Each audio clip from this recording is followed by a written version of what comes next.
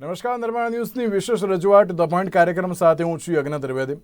દર્શક મિત્રો, આજે નિર્માણ ન્યૂઝની વિશેષ રજૂઆતમાં વાત કરવાની છે એસોસિએશન ફોર ડેમોક્રેટિક રિફોર્મ્સ એટલે કે એડીઆરએ ડોનેશનને લઈને એક મહત્વની જાહેરાત કરી છે અને જેમાં જાહેરાત કરવામાં આવી છે કે કોર્પોરેટ જગતમાંથી જે ઘણું અત્યારે તો જે ડોનેશન અત્યારે તો રાજકીય પાર્ટીઓને આપવામાં આવ્યું છે અને રાજકીય પાર્ટીઓને જ્યારે ડોનેશનની વાત હોય ને તેમાં પણ જે રીતે ક્યાંક એક સવાલ એ પણ થતો હોય છે કે અત્યારે તો જ્યારે સીએસઆરને અનુલક્ષીને જે અત્યારે તો આ યોગ્ય છે કે નહીં, સૌથી પહેલો સવાલ એ. અને જ્યારે ડોનેશનની વાત કરવામાં આવે તો 2012થી લઈને 2012 અને 13થી લઈને 2019 અને 20ની વચ્ચે રાષ્ટ્રીય પક્ષોના દાનમાં 1024% અત્યારે તો વધારો થયો છે.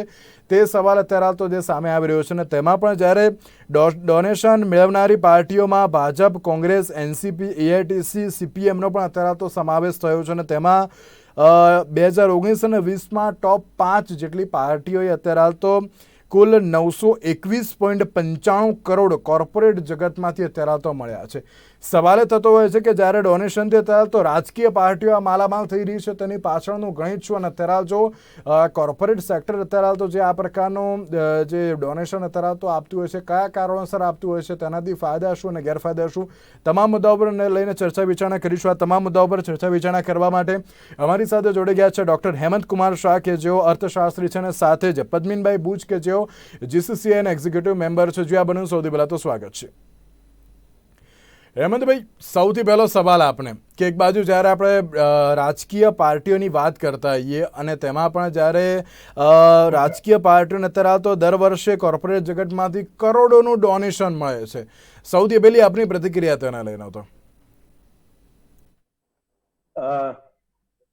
આ માત્ર તમારો અવાજ અનમ્યુટ કરજો. અનમ્યુટ કરજો હેમંતભાઈ.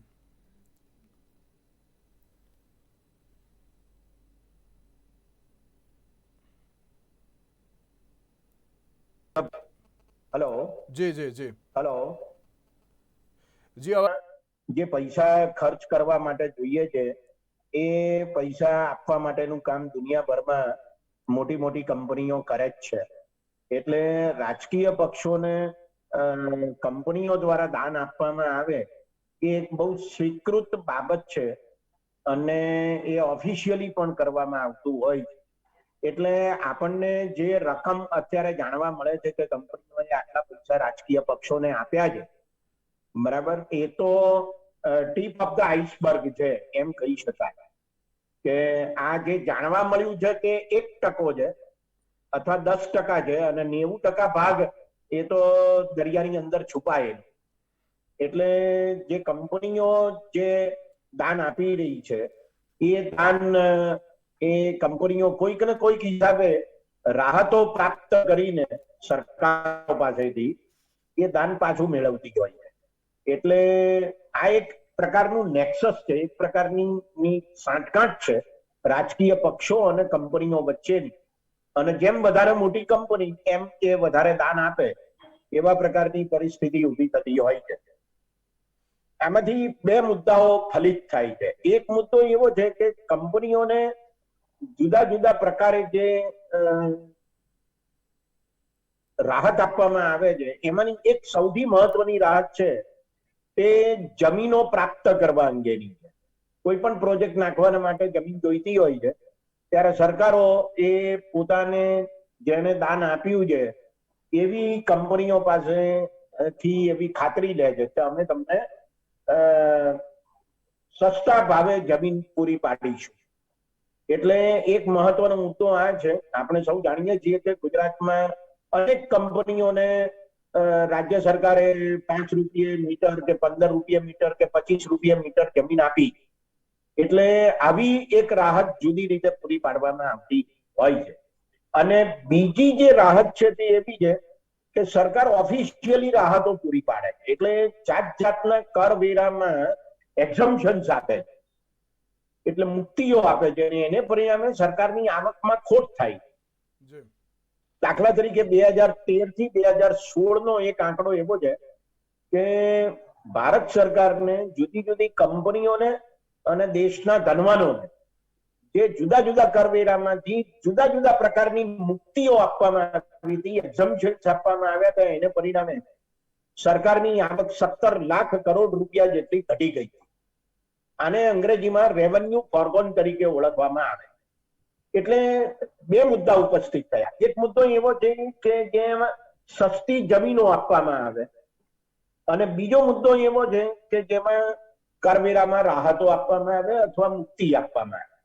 આ સિવાયના પણ કેટલાક મુદ્દાઓ છે, પણ દુનિયાભરમાં આ પ્રકારની જે સાંઠગાંઠ છે એ આપણને દેખાય છે. કંપનીઓના બેલેન્સ શીટમાં આ બાબત જાહેર કરવામાં આવે એ બહુ અગત્યનું છે. હવે તકલીફ એ થઈ ગઈ છે કે ઇલેક્ટોરલ બોન્ડની જે જાહેરાત અરુણ જેટલી નાણાં પ્રધાન હતા ત્યારે કરી હતી, એ ઇલેક્ટોરલ બોન્ડમાં તો એવું છે કે કોણે દાન આપ્યું છે એ જાહેર કરવાની જરૂર જ નથી. એટલે આપણને ખબર જ નથી પડતી કે ઇલેક્ટોરલ બોન્ડ દ્વારા કોણે કઈ કંપનીએ કયા રાજકીય પક્ષને પૈસા આપ્યા છે. તો એ પ્રકારની પરિસ્થિતિ મને લાગે છે કે બહુ ચિંતાજનક છે. લોકશાહીમાં જ્યારે પારદર્શિતાની વાત થતી હોય, ઉત્તરદાયિત્વની વાત થતી હોય, ત્યારે લોકોને ખબર પડવી જોઈએ કે કઈ કંપની કયા રાજકીય પક્ષને કેટલા પૈસા આપે છે, અને રાજકીય પક્ષોએ પણ પોતે ઉત્તરદાયિત્વ નિભાવવું જોઈએ એમ 100% કહી શકાય. બિલકુલ. અત્યારે હાલ એક એ સવાલ છે કે જ્યારે રાજકીય પક્ષની વાત કરવામાં આવતી હોય છે, લોકશાહીની વાત કરવામાં આવતી હોય છે, તેમાં પણ આ પ્રકારનું દાન અત્યારે તો કેટલું યોગ્ય? પદ્મિનભાઈ, સૌથી પહેલી આપણી પ્રતિક્રિયા તેને લઈને.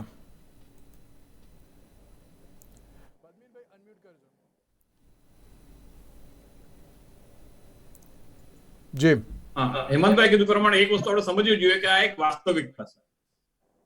પોલિટિકલ પાર્ટીને ડોનેશન કો કે ફંડિંગ કો એ બિઝનેસ ગ્રુપ વડે, વેપારી ગ્રુપો દ્વારા આપવામાં આવે છે. એ દુનિયાની અને ભારત દેશની વાસ્તવિકતા છે.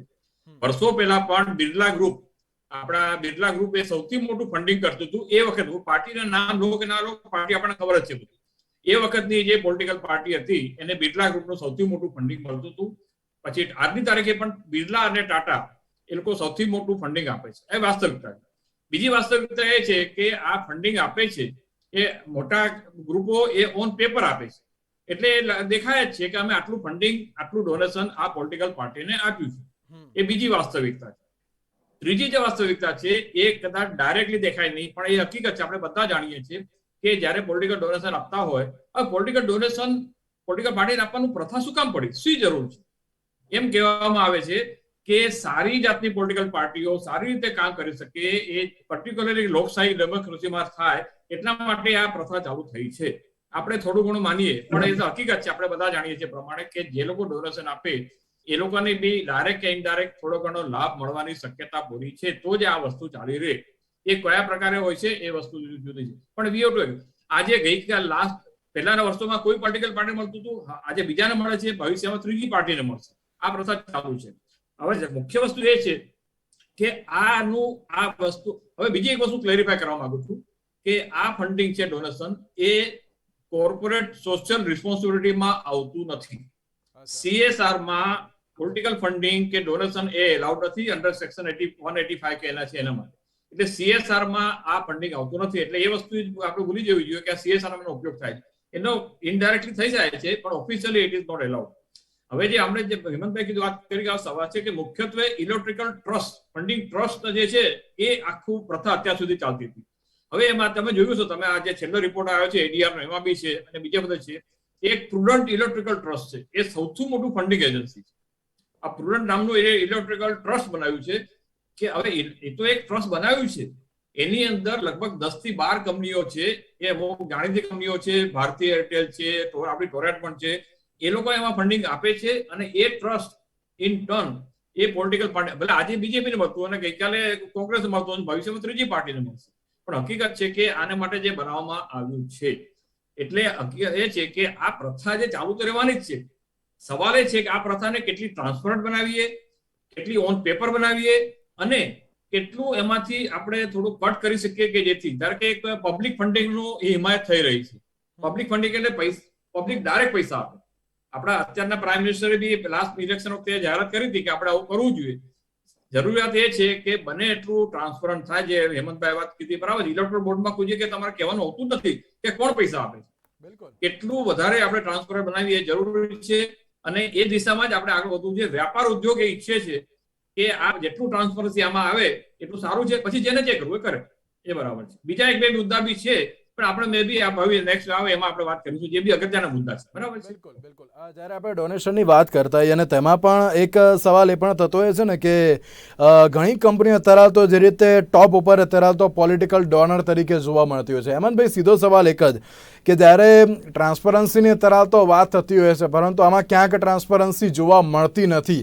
એટલે એક સવાલ એ પણ કહી શકાય કે આ દાન આપ્યું છે કે પછી અત્યારે પોતાનું કામ કરાવવા માટે પણ હોઈ શકે. જો એક હકીકત આપણે સ્વીકારવી જોઈએ કે કંપનીઓ છે તે રાજકીય પક્ષોને દાન આપે જ છે. આ એક વાસ્તવિકતા છે, એ દુનિયાભરમાં છે, માત્ર ભારતમાં છે એવું નથી. મેં અગાઉ પણ કહ્યું. હવે સવાલ ઉભો એ થાય છે કે એમણે દાન આપ્યું માટે રાજકીય પક્ષ જે તે સત્તા ઉપર આવે છે માટે એની ફેવર કરે છે એવું થાય છે કે નથી થતું, એ એક બીજો મુદ્દો એમાંથી ઉપસ્થિત થાય છે.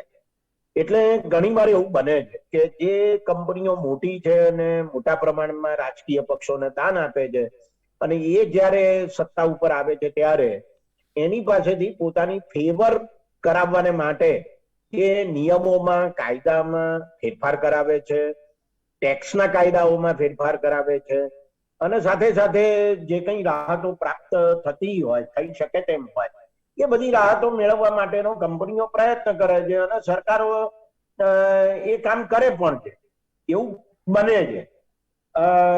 આને અંગ્રેજીમાં ક્રોની કેપિટાલિઝમ કહેવામાં આવે છે. એટલે બદમાશ મૂડીવાદ છે આ. અને આ જે બદમાશ મૂડીવાદ છે એમાં અથવા ગાળો મૂડીવાદ છે એમાં આ પ્રકારની પરિસ્થિતિ દુનિયાભરમાં આપણને જોવા મળે છે.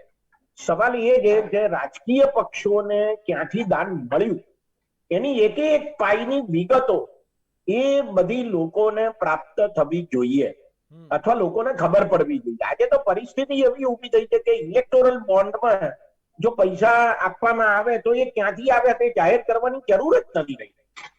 એનું પરિણામ એ પણ આવે છે કે કંપનીઓના શેર હોલ્ડરોને પણ ખબર ના પડે. જે શેર હોલ્ડરોએ કંપનીઓમાં રોકાણ કર્યું છે, એના શેરમાં રોકાણ કર્યું છે, એના ફંડમાં રોકાણ કર્યું છે, એના ડિબેન્ચરમાં રોકાણ કર્યું છે, એ બધાને પણ કશી ખબર ના પડે એવા પ્રકારની પરિસ્થિતિ ઊભી થઈ છે. તો હું જો કોઈ કંપનીમાં રોકાણ કરતો હોઉં, એના શેર ખરીદતો હોઉં શેર બજારમાંથી કે આઈપીઓ માંથી, તો મને ખબર તો પડવી જોઈએ ને કે મારી કંપની છે, કારણ because I am an owner of that part of the share. બિલકુલ. તો મને ખબર પડવી જોઈએ કે મારી કંપની કયા રાજકીય પક્ષને દાન આપે છે અને કેટલા પ્રમાણમાં આપે છે. એવું બની શકે હું અમુક રાજકીય પ્રકારની વિચારધારા ધરાવતો હોઉં અને કંપની કોઈ તેનાથી વિરુદ્ધ રાજકીય વિચારધારા ધરાવનારી પાર્ટીને જ દાન આપતી હોય તો મારે એ કંપનીના શેર વેચી દેવા હોય તો એવું એ કરતી હોય તો એવું બની શકે. તો સવાલ ઉભો ત્યાં આવીને ઉભો રહે છે કે શેર ધારકોને પણ કંપનીઓ કોને દાન આપે છે એની માહિતી મળતી નથી અને સામાન્ય નાગરિકોને નથી મળતી જ્યારે ઇલેક્ટોરલ બોન્ડમાં પૈસા રોકે છે ત્યારે. એટલે અહીંયા જે ટ્રસ્ટ મારફતે જે રકમ મળી છે એ તો બહુ જ નાની છે. મેં કહ્યું તેમ કે એ ટીપ ઓફ ધ આઈસબર્ગ છે. 10% પણ નથી અથવા 1% પણ નથી. એનાથી ઘણી વધારે રકમ કંપનીઓ નાની મોટી બધી એ રાજકીય પક્ષોને રોકડમાં કે બીજી કોઈ રીતે દાનમાં આપતી હોય છે અને એની માહિતી તો સામાન્ય નાગરિકોને મળતી જ નથી. એટલે લોકશાહીનો જે મહત્વનો સિદ્ધાંત છે તે પારદર્શિતા અને ઉત્તરદાયિત્વનો છે અને મને લાગે છે કે આ બંને સિદ્ધાંતોનો છેદ ભારતીય લોકશાહી છે એમ ચોક્કસ કહી શકાય. પણ હેમંતભાઈ, એક વસ્તુ આની ઉપરથી સ્પષ્ટપણે કહી શકાય ને કે આ તમે જે રીતે કહ્યું કે અત્યારે તો આ અમુક જ રકમ સામે આવી છે. જો એની ઉપર રિસર્ચ કરવામાં આવે તો ઘણી મોટી રકમ પણ સામે આવી શકે છે. ના, પણ સવાલ ઉભો એ થાય છે કે આવું રિસર્ચ કરવું કેવી રીતે, કારણ કે કેવી રીતે પૈસા આપવામાં આવ્યા છે એની જ ખબર નથી પડતી. એટલે સવાલ ઉભો એ થાય છે કે આ તો એક જાણે લાંચનો સત્તાવાર રસ્તો થઈ ગયો ઇલેક્ટોરલ બોન્ડ. બરાબર, બિલકુલ, આપણે બિલકુલ. અત્યારે ઇલેક્ટોરલ બોન્ડ વિશે વિગતે વાત નથી કરતા, પણ મુદ્દો ત્યાં આવીને ઉભો રહે છે કે રાજકીય પક્ષો કે જે સત્તામાં આવે છે, ચૂંટાઈને આવે છે, નાગરિકોના મતથી ચૂંટાઈને આવે છે, તો નાગરિકોને એ 100% ખબર પડવી જોઈએ કે રાજકીય પક્ષોને કઈ કંપનીઓ દાન આપે છે, અને બીજી તરફ કંપનીઓના રોકાણકારોને પણ ખબર હોવી જોઈએ કે પોતાની કંપની એ કેવી રીતે કયા પક્ષને કેટલા પ્રમાણમાં દાન આપે દાન છે આપે છે. અને એ ક્યારે આપે છે. બિલકુલ સાચી વાત છે અત્યારે, કારણ કે જ્યારે કંપની ઉપર એક જ્યારે વિશ્વાસ મૂકતા હોય તો અત્યારે તેની ટોટલી વિગત હોવી બહુ જરૂરી અત્યારે તો જોવા મળતી હોય છે. જે રીતે પદ્મિનભાઈ તમે જે રીતે કહ્યું કે CSR નોર્મ્સ હેઠળ અત્યારે તો આ દાન આવતું નથી, પરંતુ જો વાત કરવામાં આવે તો એક બાજુ જ્યારે આપણે CSRની તો વાત નથી કરતા, ટ્રાન્સપરન્સીની વાત કરીએ છીએ, તો તેનાથી ફાયદા અને ગેરફાયદા અત્યારે તો કયા કયા કહી શકાય? હવે આમાં એવું છે કે હું આમાં એક થોડોક ઝડપથી હિસ્ટોરિકલ પર્સપેક્ટિવ આપે છે. હેમંતભાઈ કીધું પ્રમાણે કે ટ્રાન્સપરન્સ જરૂર છે. 1969માં 1969માં ઇન્દિરા ગાંધી પ્રાઇમ મિનિસ્ટર હતા, એમણે આખી સિસ્ટમ બંધ કરાવી દીધી હતી. ઇલેક્ટ્રિકલ ફંડિંગની સિસ્ટમ એમણે ટોટલી બંધ કરી હતી. એના કારણે એમ થાય કે આ તો બહુ બધું આમાં બરાબર ચાલતું નથી એમ કરીને. બીજું કારણ બી એવું કહેવામાં આવે છે, આઈ એમ નોટ બી શ્યોર, કે એ વખતે કોંગ્રેસ તો મુખ્ય હતી, બીજી બે હતી જ નહીં, પણ ત્યારે એક સ્વતંત્ર પાર્ટી શ્રી રાજગોપાલચારી ચાલુ કરી હતી, અને સ્વતંત્ર પાર્ટીને ફંડિંગ વધારે મળવાનું ચાલુ થયું. જે કારણો હોય, પણ એમણે બંધ કરી હતી. બંધ કરી તો બરાબર છે, પણ પછી એના જે સાઈડ ઇફેક્ટ એવી થઈ કે એ જ વસ્તુ બીજી રીતે ચાલુ થઈ, જે વધારે ખરાબ નીકળી. લોકો સુવિધર છાપવા માંડ્યા, એમાં એડવર્ટાઇઝમેન્ટ લેવા માંડ્યા, બ્રીફકેસ પોલિટિક્સ જેનું નામ આવ્યું એ ચાલુ થયું. એટલે 1985માં રાજીવ ગાંધીએ ફરીથી આ સિસ્ટમ ચાલુ કરી, ઓકે, જે ઇન્દિરા ગાંધીએ બંધ કરી હતી. એટલે આખી વસ્તુ આપણે સમજવા જેવી છે કે આ વસ્તુ કાયમ એ પ્રોસ એન્ડ કોન્સને ચાલુ રહેલી છે. પછી બીજેપીની ગવર્મેન્ટ આપી, જ્યારે અરુણ જેટલી હતા ત્યારે એમણે 5%માંથી 7.5% કરી નાખ્યું. નેટ પ્રોફિટના 5%ને બદલે 7.5%ની લિમિટ કરી નાખી. પ્લસ જે ફોરેન કોન્ટ્રીબ્યુશન રેગ્યુલેશન એક્ટ હતો, FCRA, એ બી એ લોકોએ ડાયલ્યુટ કર્યો. એને કારણે ફોરેન કંપનીઓ પણ આ ઇલેક્ટ્રિકલ ફંડિંગ આપી શકે. એટલે આપણે ખરેખર જોઈએ તો પાર્ટી કોડ પણ હોય, પણ દરેક જણામાં સંમત છે કે ઇલેક્ટ્રિક ફંડિંગ કોઈ બી જગ્યાએથી આવવું જોઈએ. આ સતત ચાલુ રહ્યું છે. પ્રોઝ અને કોનની વાત કરીએ તો પ્રોઝ તો બહુ સ્વાભાવિક છે કે બંને બિઝનેસ ગ્રુપ્સ અને પોલિટિકલ પાર્ટી બંને માટે આ વસ્તુ એક સારી સમજણ વસ્તુ છે, એડજસ્ટમેન્ટ છે. કોન્સ એ છે જે આપણે વાત કરીએ છીએ એ કે આખી વસ્તુ જે ચાલી રહી છે પોલિટિકલ પાર્ટીઓ વચ્ચે અને બિઝનેસ ગ્રુપ વચ્ચે, એમાં જે આમ આદમી છે એનું શું? આ શેર હોલ્ડર હોય કે એક સામાન્ય વેપારી હોય, એ લોકોનું શું? એ ભલે તમે આખી દુનિયામાં ચાલતું હોય, આપણે ત્યાં બી ચાલશે, ચાલવાનું રહેવું જ છે. એમાં આપણે સુધારા વધારાની જરૂર છે. આજે અત્યારે ચાલે છે ને, જેમાં એક જ પાર્ટીને બહુ પૈસા મળે, કોઈ બી પાર્ટી હોય, એટલે પ્લુટોક્રેસી, અંગ્રેજીમાં નામ પ્લુટોક્રેસી છે. પ્લુટોક્રેસી એટલે રીચ ગવર્મેન્ટ, એ પૈસાદારો એ જ ગવર્મેન્ટ થઈ શકે, બીજા લોકોનું કોઈ કામ નહીં ગવર્મેન્ટ કરવાનું, જે આખા સિદ્ધાંતની વિરુદ્ધ છે. આખું ઇલેક્ટ્રિકલ ફંડિંગ કેમ ચાલુ થયું હતું કે દરેક પાર્ટીને પૈસા આપો તો સારી પાર્ટી આગળ આવે. જેની પાસે પૈસા ના આવે પણ પાર્ટી સારી હોય ના થાય. આમાં ઊંધું થાય છે. જેની પાસે પૈસા હોય એ પાર્ટી જ આવે. હવે એ જરૂર નથી કે પાર્ટી સારી ન હોય, પણ આ પ્લુટોક્રેસી છે. એની સામે એટલે જ મેં કીધું ફરીથી કે જરૂરિયાત શું છે, કોન્સ છે, બહુ આ મોટો કોન્સ છે, એનો વિરોધાભાસ છે. પબ્લિક ફંડિંગ, પબ્લિક એમાં કેવી રીતે ડાયરેક્ટ ઇન્વોલ્વ થઈ શકે, નાના વેપારીઓમાં શું થઈ શકે, અને સામાન્ય લોકોને જ્ઞાન હોવું જોઈએ કે આ બિઝનેસ ગ્રુપ આટલા પૈસા આપે છે અને આ પાર્ટીને આટલા પૈસા મળે છે. આ બહુ જરૂરી છે. આ વસ્તુ બધી પોલિટિકલ પાર્ટી ઇન્વોલ્વ છે ને એને કારણે થતું નથી. દરેક પાર્ટીને રસ છે આમાં. આ તમે જુઓ, ADR જે રિપોર્ટ બનાવ્યો છે એમાં 4 પાર્ટીને જ લીધા છે એમને. બીજેપી છે, કોંગ્રેસ છે, તૃણમૂલ છે અને એક ચોથી પાર્ટી છે. ઇન્ડિયામાં તો 25 પાર્ટીઓ છે. એટલે આ વસ્તુ એવી છે કે જે વારંવાર તમે સારું કર્યું કે આ ચર્ચા હાથમાં લીધી છે. આ વસ્તુ આગળ જવી જોઈએ અને વેપારી મહાજનો બી આમાં સક્રિય છે કે આમાં સુધારા વધારા કેટલા લાવી શકાય, એ આ વસ્તુમાં આપણે આગળ વધી રહ્યા છે. જો પબ્લિક ફંડિંગ થાય, ડાયરેક્ટ લોકો પૈસા આપતા થાય, એવું થાય, એ ઈઝી નથી, તો એક ટ્રાન્સપરન્સી આવવાની શક્યતા છે એવું આપણને માનવામાં આવે છે. બિલકુલ, અત્યારે તો જે રીતે ટ્રાન્સપરન્સી આવી પણ અત્યારે તો જરૂરી જોવા મળતી હોય છે. હેમંતભાઈ, એક સવાલ આપને એ પણ કે જ્યારે ડોનેશનથી અત્યારે રાજકીય પાર્ટીઓ તો માલામાલ થઈ જતી હોય છે, ચલો ડોનેશન જે કોને કેટલું આપવું તે અત્યારે તો તેમની ઉપર રહેલું છે, પરંતુ આ રાજકીય પાર્ટીઓના ડોનેશનમાં સતત વધારો જોવા મળી રહ્યો છે. મેં જે રીતે પહેલાં પણ કહ્યું ને કે 12થી લઈને 13 સુધી અને 2019થી લઈને 20 સુધીમાં 1024% જે વધારો થયો છે. ચાલો ત્યારે ટ્રાન્સપરન્સીની વાત થતી હોય છે અને આ ટ્રાન્સપરન્સીની વાત વચ્ચે પણ હજુ અમુક એટલી રકમ જ તરાલ આપવી જોઈએ તેવું એક અત્યારે જો નિર્ણય કરી લેવામાં આવે તો ક્યાંક તરાલ ટ્રાન્સપરન્સી થોડી ઘણી પણ આવે તેવી શક્યતાઓ છે કે ના આપણે જો દરેક પાર્ટીને અત્યારે તો જો તમે અત્યારે ડોનેશન આપવાની વાત તો કરો છો પણ અમુક જ રકમ આપવાની તે અત્યારે આવી જાય તો ક્યાંક અત્યારે તો આ જે આખું અધધ ફંડ એક જ બાજુ જઈ રહ્યું છે તે અત્યારે તો તમામને મળે તેવું પણ લાગી રહ્યું છે આમાં. તમે કહો છો એવું કંઈ થઈ શકે નહીં કે કોઈ કંપનીને તમે એવું ના કહી શકો કે તમારે કોને દાન આપવું અને કેટલું દાન આપવું, એટલે એ તો શક્ય નથી. ના, એ તો શક્ય નથી. સવાલ ઉભો એ થાય છે કે કંપનીઓ દ્વારા આપવામાં આવતા દાનમાં જે વધારો થઈ રહ્યો છે એ વધારો પણ બહુ સ્વાભાવિક વધારો છે. એનું કારણ એ છે કે રાજકીય પક્ષોને અનેક પ્રકારના ખર્ચા કરવા પડતા હોય.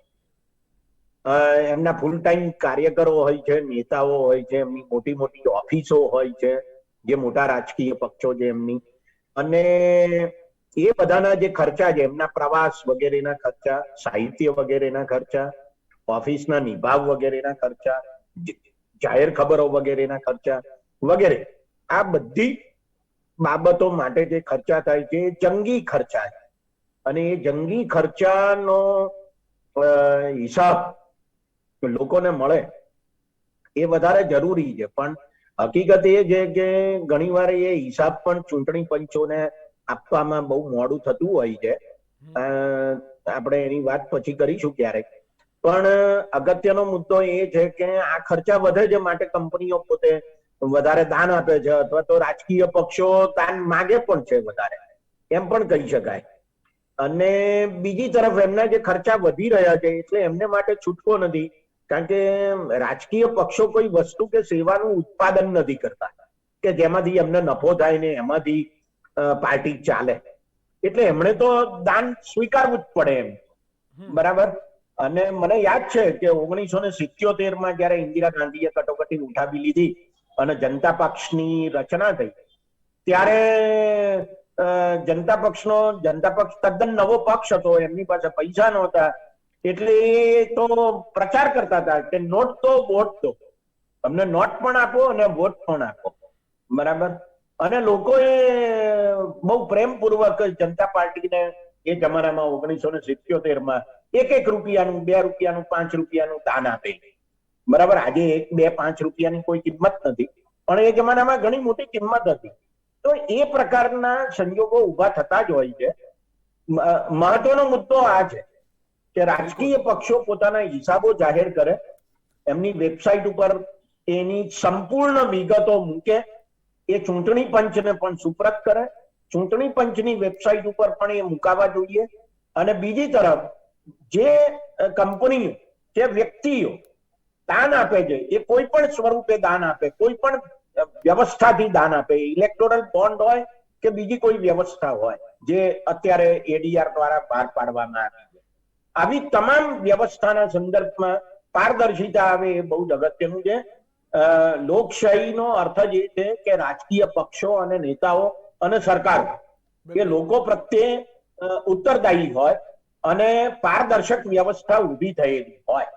એટલે જ્યારે આપણે એમ કહીએ છીએ કે લોકોને ખબર નથી પડતી, નાગરિકોને ખબર નથી પડતી, અથવા તો રોકાણકારોને પણ ખબર નથી પડતી, ત્યારે એનો અર્થ એવો થાય છે કે આપણે કશું છુપાવવાનું છે, માટે આ થઈ રહ્યું છે.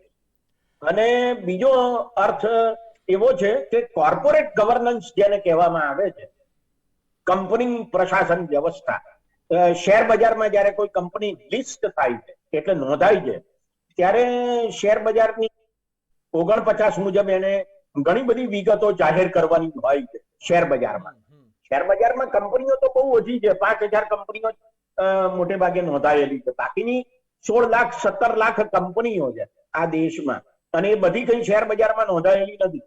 પણ જે શેર બજારમાં નોંધાયેલી છે, બરાબર, એ શેર બજારમાં નોંધાયેલી કંપનીઓ છે, બહુ મોટી મોટી કંપનીઓ છે, એમને રોકાણકારોને પણ ખબર નથી હોતી તો પછી આપણે શેર હોલ્ડર્સ ડેમોક્રેસી એવી જયારે વાત કરતા હોઈએ ત્યારે, અથવા કોર્પોરેટ ગવર્નન્સ એવી વાત કરતા હોઈએ ત્યારે મને એમ લાગે છે કે આ પ્રકારની જે રીત અપનાવવામાં આવી રહી છે અત્યારે છુપી રીતે રાજકીય પક્ષોને પૈસા આપવાની, એ મને લાગે છે કે લોકશાહીને માટે સેજ્જે ઉપકારક નીવડી ના શકે. એટલે નાગરિકોએ પણ એને માટે આગ્રહ રાખવાની જરૂર છે અને વ્યવસ્થાઓ નિયમો એ પ્રકારના કરવાની પણ આવશ્યકતા છે.